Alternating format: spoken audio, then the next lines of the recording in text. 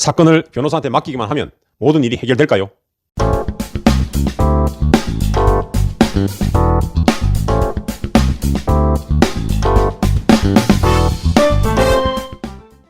안녕하십니까. 김변TV의 김현성 변호사입니다. 보통 사건이 생겼을 때 유능한 변호사를 찾아서 그 사건을 맡깁니다. 맡기면 그 변호사가 모든 일을 다 해결해 줄 것이다 라고 생각하고 자기는 손을 떼는 경우가 많이 있습니다. 그러나 이것은 큰 오산이지요. 지난 시간에 제가 말씀드렸다시피 변호사가 법률 전문가인 것은 맞습니다. 법률 전문가라고 하는 것은 뭐라고 그랬습니까? 리걸 마인드가 있다고 그랬지 않습니까? 그러니까 결국은 법률 이론에 밟고 관련된 법률을 해석하고 그 사건에 적용하는 데 있어서는 전문가인 것은 확실히 맞습니다. 그러나 뭐라고 했습니까?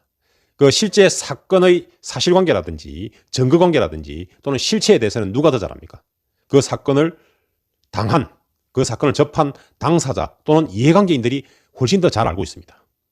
변호사는 그 사건을 접하지 않았기 때문에 잘 모르는 경우가 많겠죠. 구체적인 사실관계가 어떻게 돌아가는지 어떤 증거가 있는지 알 수가 없습니다. 그렇기 때문에 변호사를 선임하고 그 사건을 의뢰하기만 해서는 안 된다는 것입니다.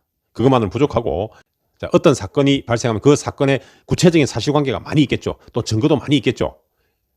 이 중에서 실제로 법률상 의미 있는 사실관계, 법률상 의미 있는 증거라고 하는 것은 어떤 것이 있는지 이것을 일반인이 판단하기는 쉽지 않을 수 있습니다. 왜 그런가 하면 이것은 법률의 해석과 적용의 문제와 직결되어 있기 때문에 그렇습니다. 그래서 이런 부분들을 정해주는 것이 바로 변호사가 할 일입니다. 그래서 결국은 사건 당사자 또는 사건 이해관계인이 사건을 의뢰함에 있어서 사실관계의 구체적인 정황 또는 기타 증거관계에 대해서 자세히 설명을 해줘야 됩니다. 그러면 그 설명을 듣고 변호사가 그중에서 법률적 의미 있는 사실관계 또 의미 있는 증거관계들을 골라냅니다. 그렇게 해서 새롭게 사실관계를 체계적으로 정리합니다. 그리고 필요한 증거관계, 필요한 증거들을 정리하게 되는 것입니다. 실제로 법에서 필요로 하는 사실관계나 증거관계는 별도로 있겠죠. 이것이 법률상 중요한 것인지 또는 꼭 필요한 것인지 이런 여부를 판단함에 있어서 일반인들보다는 변호사가 훨씬 전문가라는 것입니다. 그래서 변호사의 조력을 받게 되는 것인데 변호사를 선임했으니 나는 이제 손 떼도 된다 라고 하면 어떻게 됐습니까? 아무리 법률 전문가고 리걸 마인드를 하더라도 그 법률을 해석하고 적용해야 될 그 사실관계, 그 사실관계에 대해서 변호사가 잘 모르지 않습니까? 그래서 이 부분에 대한 설명이 부족하게 되면 결국은 어떻습니까? 우리한테 유리하게 사실관계를 체계적으로 다시 정리하고 증거관계를 다시 정리해야 되는데 이것을 할 수가 없게 되는 것입니다. 어떤 사건이 있었는지, 나한테 유리한 어떠한 사실이 있었는지 전혀 모른다고 합시다. 그럼 변호사가 어떻게 변론을 할 수 있겠습니까? 그래서 결국은 변호사한테 사실관계를 모두 설명하고 또 변호사가 요구하는 증거관계들을 부지런히 준비해서 변호사에게 전달을 해줘야 되는 것입니다.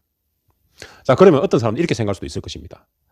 아니, 변호사를 선임했는데 변호사가 본인이 알아서 다 해야지. 나한테 이런 자료를 다 요구하면 변호사를 왜 선임한 것이냐? 결국 내가 소송 다 하는 것이 아니냐라고 불만을 가질 수도 있습니다.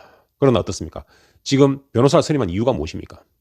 이 사건을 해결하기 위해서 선임했고 또 이 사건을 해결하기 위해서 소송을 하기 위해서 선임했고 또 이 소송 절차에서 유리한 결과를 얻기 위해서 변호사를 선임한 것입니다.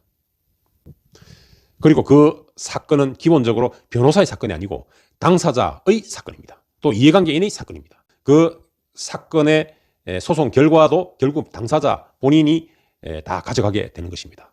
그렇기 때문에 본인이 당연히 신경 써야 되겠죠. 자기 일인데 자기가 내팽개치고 변호사가 알아서 다 해주겠지라고 생각하는 것은 어불성설이겠죠. 그래서 앞으로 변호사를 혹시 선임하게 되시더라도 변호사한테 필요한 자료들을 모두 다 전달해 주시고 자세히 설명해 주시기 바랍니다. 그러면 그 변호사가 모두 듣고 전반적으로 이해를 다 한 이후에 그 다음에 실제로 법률상 또는 소송에서 필요한 사실관계를 정리하게 되고 또 증거관계들을 새롭게 정리하게 되는 것입니다. 그래서 법정에서 또는 법률상 주장해야 될 것이 무엇인지 또는 주장하지 말아야 될 것이 무엇인지 또는 우리한테 유리한 증거가 어떤 것인지 또 그것을 제출할 것인지 말 것인지 이런 부분들을 변호사와 함께 상의하면서 결국 정리해야 될 것입니다. 그래서 결국은 변호사를 선임해서 사건을 처리함에 있어서는 의뢰인인 당사자 또는 이해관계인과 법률 전문가인 변호사 사이에 호흡이 잘 맞아야 되는 것입니다. 그래야 그 사건 해결함에 있어서 보다 더 유리한 방향으로 끌고 갈 수가 있고 또 좋은 결과를 낼 수도 있는 것입니다. 설사 소송에서 불리한 결과를 얻는다 하더라도 후회가 남지 않습니다. 소송의 결과가 좋았더라면 모르겠습니다만 소송의 결과가 좋지 않았는데 내가 충분히 변호사한테 설명을 다 해주지 못해가지고 변호사가 그것을 알지 못해서 제대로 주장하지 못하고 제대로 증거관계를 제출하지 못했다면 얼마나 억울하겠습니까? 자, 사건이 생겨서 그것을 해결하는 과정에 있어서는 의뢰인과 변호사는 호흡이 잘 맞아야 되고 한 몸이 나야 되는 것입니다. 원팀이 되는 것입니다. 그래서 상담 과정에서부터 소송 절차를 거쳐서 사건이 마무리될 때까지 그 변호사와의 신뢰관계, 의뢰인과 변호사와의 신뢰관계가 매우 중요한 이유가 여기에 있는 것입니다. 자, 여러분 살면서 사건이 생겨서 그냥 잘 합의해서 해결되는 게 가장 좋고요. 혹시 그렇지 못해서 변호사를 선임하게 되는 경우가 있을 수 있습니다. 그럴 때에도 이 변호사에게 변호사는 이 사실관계에 대해서 전혀 모른다라는 전제하에서 자세히 상세히 설명을 해 주시기 바랍니다. 그러면 변호사가 해결 방법을 제시해 줄 것입니다. 거기서부터 변호사와 의뢰인 사이는 이제부터 한 몸이 되어서 사건 해결을 위해서 나아가게 될 것입니다. 오늘은 변호사를 선임했을 때 우리가 변호사한테 얼마만큼 얘기해야 되느냐, 변호사와 의뢰인 사이의 관계에 대해서 말씀드렸습니다. 영상이 도움이 되셨다면 좋아요와 구독 그리고 댓글 환영하겠습니다. 오늘 여기까지 하겠습니다. 감사합니다. 다음 영상에서 뵙겠습니다. 안녕히 계십시오.